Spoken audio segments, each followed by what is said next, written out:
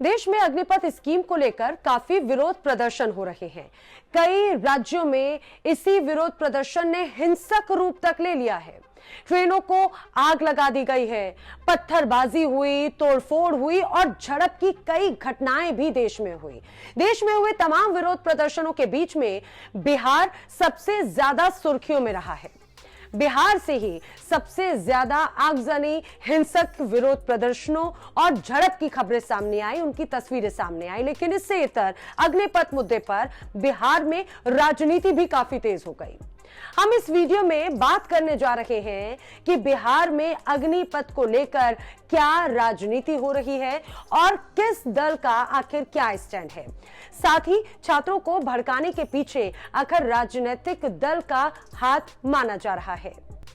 सबसे पहले बात करते हैं बिहार में सत्ताधारी गठबंधन एनडीए की। एनडीए बिहार की दो बड़े घटक दल बीजेपी और जेडीयू में ही अग्निपथ स्कीम को लेकर फूट नजर आती है। दोनों ही दल इस स्कीम पर अलग अलग राग आलापते नजर आते हैं। बीजेपी जहां पर इसके समर्थन में नजर आई तो जेडीयू इसके खिलाफ नजर आई।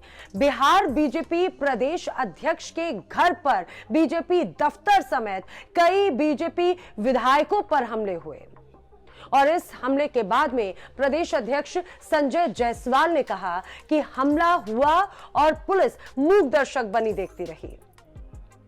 हमला सीएम नीतीश कुमार पर माना गया और उसके बाद में जेडीयू की तरफ से बयानबाजी का दौर शुरू हुआ। जेडीयू के सीनियर नेता ललन सिंह ने संजय जायसवाल की मानसिकता को लेकर सवाल उठा दिए। ललन सिंह ने कहा कि बीजेपी शासित राज्यों में वहां की सरकारें आखिर क्यों नहीं हंगामा कर रही। बीजेपी ऐसे लोगों पर गोली चलवा दे, उन्हें मरवा दे। उन्होंने कहा कि नीतीश कुमार गुड गवर्नेंस के लिए जाने जाते हैं और उन्हें पता है कि सरकार आखिर कैसे चलाई जाती है। ललन सिंह ने कहा कि अग्निपथ योजना के बाद बिहार देश के अन्य प्रदेशों में छात्रों और नौजवानों में आक्रोश पनपा है। हम लोगों ने कहा कि छात्रों और नौजवानों के मन में जो आशंका है उसे दूर करिए। 4 साल नौकरी करने के बाद में यदि उसे हटा दिया जाए तब वो कहां जाएगा। ये तो साफ है कि बीजेपी और जेडीयू अग्निपथ स्कीम को लेकर आमने सामने खड़े हुए हैं। वहीं बिहार की मुख्य विपक्षी पार्टी आरजेडी भी इस पूरे मामले में खासा एक्टिव है। तेजस्वी यादव ने बाकायदा एक प्रेस कॉन्फ्रेंस की और सरकार से स्कीम को लेकर कई सवाल पूछे। तेजस्वी ने यह भी पूछा कि कहीं आरएसएस का कोई छिपा हुआ एजेंडा तो नहीं है। तेजस्वी यादव ने सरकार पर जो सवाल उठाए वो इस तरह के हैं। उसमें पूछा गया, क्या सेना में भर्ती होने वाले अग्निवीरों को ग्रेचुइटी मिलेगी? क्या अग्निवीरों को बाकी जवानों की तरह 90 दिन की छुट्टी मिलेगी? क्या ये नियम सिर्फ जवानों पर लागू होगा या फिर सरकार इसे सैन्य अधिकारियों पर भी लागू करेगी? अगर देश के सबसे बड़े नियोक्ताओं में नौकरी ठेके पर दी जाने लगी तो युवा क्या करेंगे? अग्निवीरों को 4 साल बाद मिलने वाली राशि पर टैक्स लगाया जाएगा या नहीं? क्या सरकार अग्निवीरों को कैंटीन और बाकी तमाम सुविधाएं भी देगी? इसके अलावा बिहार में विपक्षी गठबंधन में शामिल भाकपा माले के विधायक खुद भी विरोध प्रदर्शन में नजर आए और युवाओं की भीड़ को लीड करते हुए देखे गए।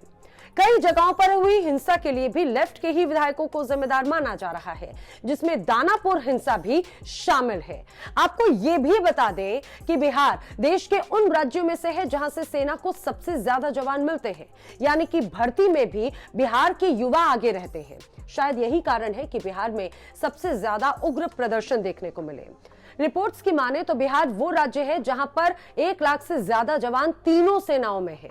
इस मामले में बिहार दूसरे नंबर पर आता है। पहले नंबर पर उत्तर प्रदेश है जहां पर 2,18,000 से ज्यादा जवान सेना में है।